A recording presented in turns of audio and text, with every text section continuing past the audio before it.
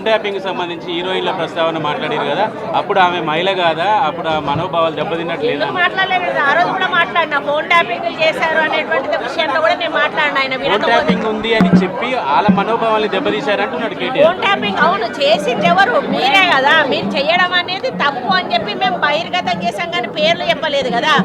ఈ రోజు నేను చెప్తా ఉన్నా కదా, నాగ చైతన్య సామంత్యం విడిపోవడానికి కారణం కేటీఆరే. ఈరోజు చాలా మంది హీరోయిన్లు 3 అకౌంట్లు దుబాయ్ నుంచి జరుగుతున్నాయండి. 3 అకౌంట్ ఇక్కడ నుంచి జరుగుతూ ఉన్నాయి. ఇది కొత్త కాదు. ఆ రోజు నుంచి విజయలక్ష్మి చేశారు, సీతక్కని చేశారు, ఈరోజు నన్ను చేశారు. అసలు దానికి పద్ధతి పాడు ఉందా అని అడుగుతా ఉన్నాను. మీకు మనుషులకు ఉన్న అనుబంధాల గురించి, సంబంధాల గురించి ఏమైనా అవగాహన ఉందా అని చెప్పి అడుగుతా ఉన్నాను. సైబర్ క్రైమ్ లో పెట్టామండి, పోలీస్ స్టేషన్లలో కూడా పెడతాము. పిసిసి ప్రెసిడెంట్ గారిని కూడా పెట్టమని కోరాను.